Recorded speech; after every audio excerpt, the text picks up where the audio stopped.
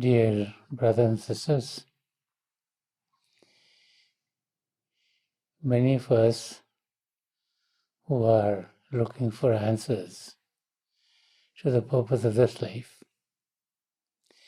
as we go on a search, we find that this life is a gift that has been given to us by the Creator. That this gift is to be used to truly know ourselves and to know God. And so when we start to take steps towards our goal, we realize it's a journey that we need to take from the physical to the divine. And as we start to think about the spiritual journey, we are told that what helps us is to make sure that we inculcate the ethical virtues in our life. So most people focus on the virtues of truthfulness, of non-violence, of love for all, of selfless service. And we try to inculcate these in our life, and we try to focus on being a good human being. What we forget is that there is another virtue which also helps us tremendously, and that is the virtue of being grateful. To lead a life of gratitude, a life in which there is gratitude in our being for what is happening in our lives. I'd like to relate an incident. This is an incident which happened many years ago. There was a shipwreck, and the ship, which was traveling with many passengers on it, it just sunk in the water.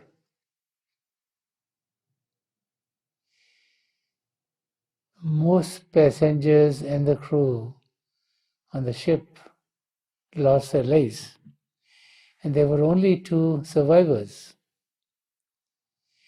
And as they survived and they looked around, they realized that the shipwreck was very close to an island. So they could both swim to the island, and they both got there. And when they got there, they realized that everyone else on that ship had physically died. And now they started to think to themselves as to how they're going to survive. So both of them did not know each other, even though they were on the same ship. They'd never met before. And as they started to talk to each other as to how they'll survive, they realized that they needed to make first a dwelling for themselves. So they started to take the twigs and the branches of the trees, and they started to put a little hut together.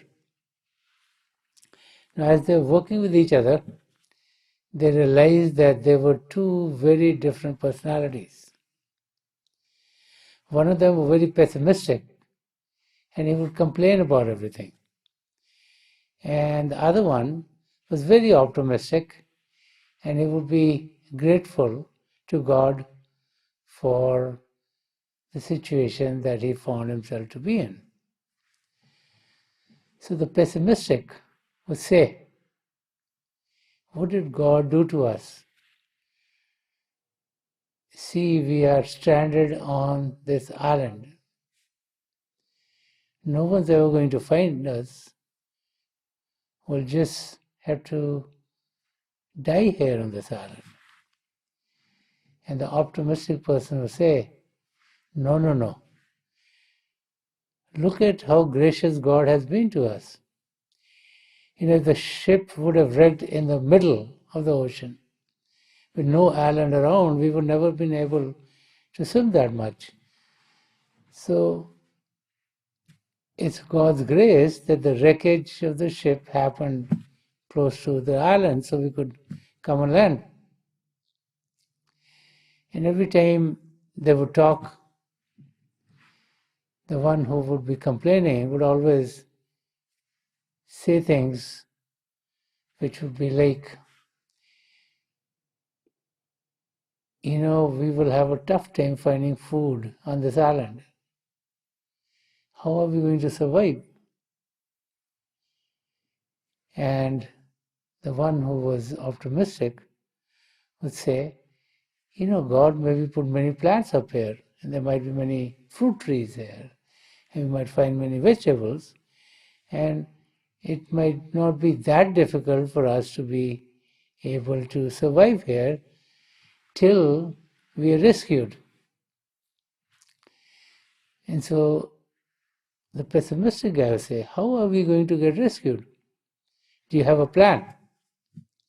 And the optimistic person said, yes, what we should do is every morning we should go to the shore and we should take whatever clothes we have and we should just swing them. And maybe a boat which is going far away could see us, maybe a plane flying could see us, and we could be rescued. And so every morning they'll go to the shore and they would take the clothes that they have and swing them back and forth, take the shirt off and swing it. And they would do that for a while. And one day went, another day went, another day went, another day went. And no one came to help them. So the pessimistic person started to complain more. He said, God must be very mad at us. We're trying every day to go to the shore and God is not sending any help. And the optimistic person said, let's keep on trying. We are here, we've now found some vegetation to eat, some fruits to eat. At least we have a little cottage that we've built here that we can stay in. And we'll keep on trying, and I'm sure that God would send some help to us. The next day, as they went to the shore, they took their shirts off and they're sewing the shirts. They did that for quite a while, and nothing happened. And they started to come back to the cottage that they'd built. As they were coming closer, all of a sudden, they found that cottage to be on fire. Smoke is what they saw first, and as they ran to the area where they had made this hut, they found that it was on fire. They tried to take some water which they found on the island, but they could not take care of the fire, and the whole hut was demolished. Now the pessimistic person started complaining a lot more. He said, I don't like your God. Look at what your God did. After so much trouble, you made this hut, and God has taken that away too. And he went on and on and on as to how we're going to survive now. Now we don't have any place to even find some shelter. And the optimistic person said, we have to do the best while we are here.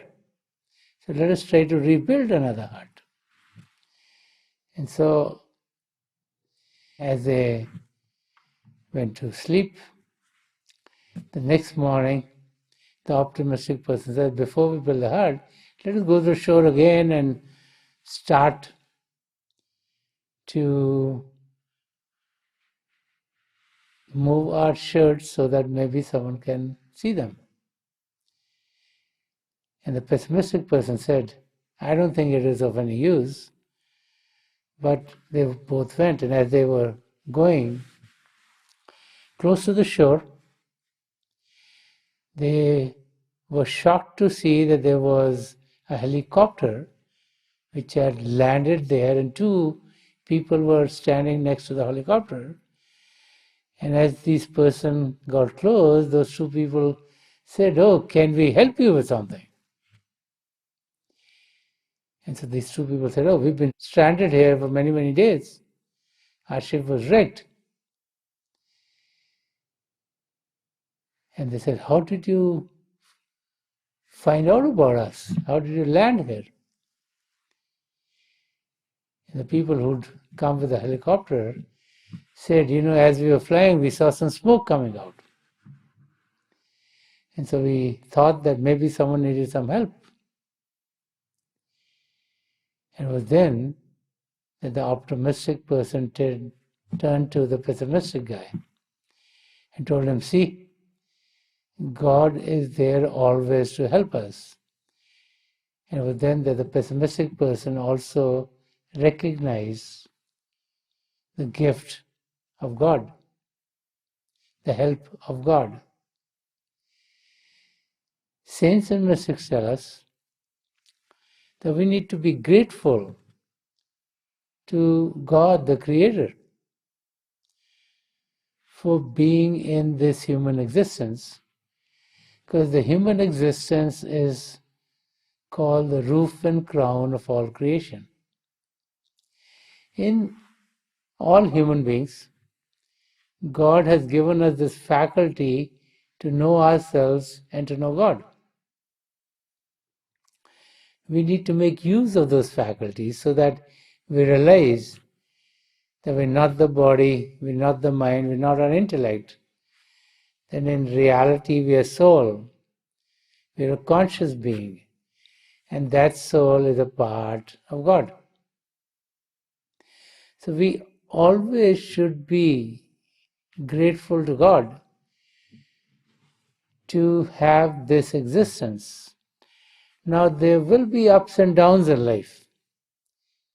There'll be many times where we'll be feeling happy because things will go according to what we think our life should be like. There'll be other times where things will be contrary to what we expect. So the saints tell us that the ups and downs of life are a part of life. We all have karma associated with our soul. So that karma needs to play out. And we need to be grateful to God when we go through the ups and downs of life. Let us not only be happy when we think things are working our way, and then be very dejected and very sad and very distressed when things are not working our way. Let us always realize that we should be thankful to God, because we're always looking for God's grace. Everything that happens in this world or in all the universes is under God's will. So let us tune ourselves to God's will. Let us know that everything that is happening to us is for our highest good. And for that we should be grateful. If a sickness or illness comes in, let us realize that we're burning some of our karma which is associated with our soul. And let us also remember that whatever times we're passing through, those times pass away too. If you look at your own lives, I'm sure you'll find that there must be many times when you got sick. So when you get sick, you get despondent. But the time of the sickness goes away. You're sick for 2 days, 4 days, 6 days, 8 days, a week or two, a month or two, and then you start to be physically well. Same thing happens when you think you are happy. The times when you feel very good are also times that pass away. So life is a pendulum which is swinging for times of goodness to times of sorrow. And we need to keep an equipoise during that time. Because to be able to recognize ourselves as we truly are, which is at the level of a soul, we need to find quietness. Quietness in the body, quietness in the mind, quietness in the intellect.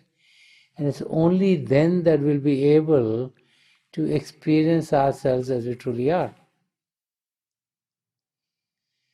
The process by which we can know ourselves and know the Creator is called meditation.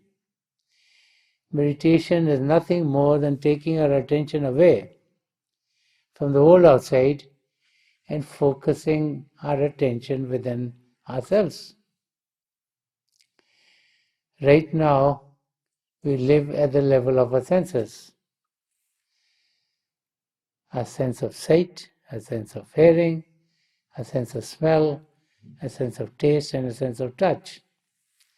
These are the ones we take our attention, which is the outer expression of our soul, and put it into the world outside. This is why we're drawn with the objects of this world that look good to us. We're drawn to the sounds of this world that sound good to us. Similarly, we're drawn to the foods and the tastes of the food that taste good to us. We're drawn to fragrances that smell sweet to us, and we are drawn to those objects that feel soft as we touch them. And so these five senses are putting our attention in the world outside. Now, the saints tell us that we are able to withdraw our attention from the world outside. We're able to take these sensory currents and pull them within ourselves. And then, as our body is quietened and as our mind is quietened, then we'll be able to go on a different journey. A journey which is not focused on the world outside, but a journey which is focused in the spiritual regions. The spiritual worlds, which are occurring concurrently with this physical world of ours.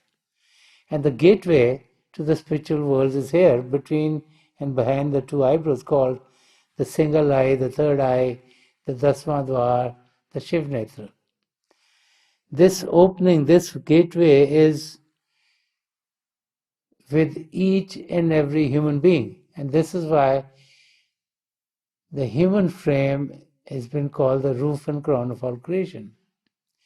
Because we've been given this opportunity to collect our sensory currents here at the seat of the soul and be able to experience realms after realms, which are much more conscious than this physical region of ours.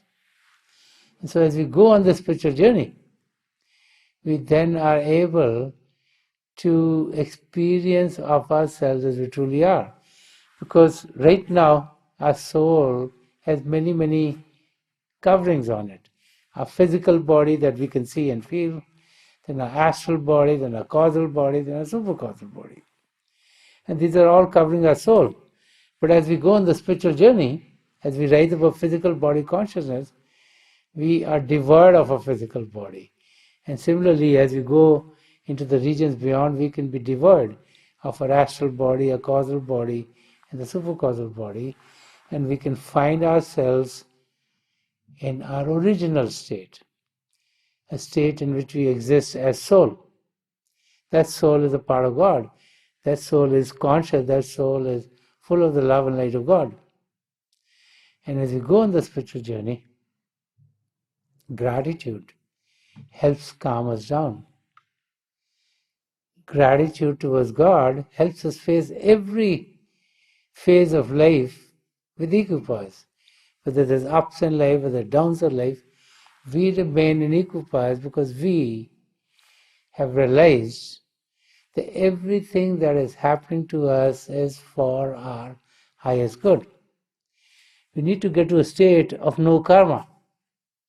And so when there are difficulties, or when there are good times, there's a good karma and bad karma which is associated with that soul, which has been wiped out.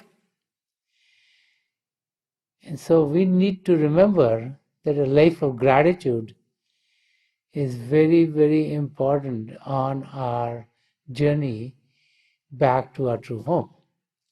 So let us all meditate for a few minutes. Please sit as comfortably as you can. Close your eyes very gently, just like you close them when you go to sleep. Your eyeballs should be straight, focus 8 or 10 inches in front of you. As you close your eyes, those of you who have been initiated in the mysteries of the beyond, please do your Simran. Those of you who are new here, please repeat any name of God that you feel comfortable with. This repetition of God's name should be done mentally and not out loud. I pray to God Almighty to help each and every one of us connect with the divine power within and to experience the divine light in its effulgence. It's my prayer to God Almighty and to the three great spiritual masters of the past century, Hazur Baba Sawan Singh Ji Maharaj, Param Sant Kripal Singh Ji Maharaj, and Dayal Purush Sant Darshan Singh Ji Maharaj, to help guide us towards our goal and to be gracious enough to lead us on the right path back home. I'll be getting you out of this meditative state in a few minutes, and my best wishes are with each and every one of you.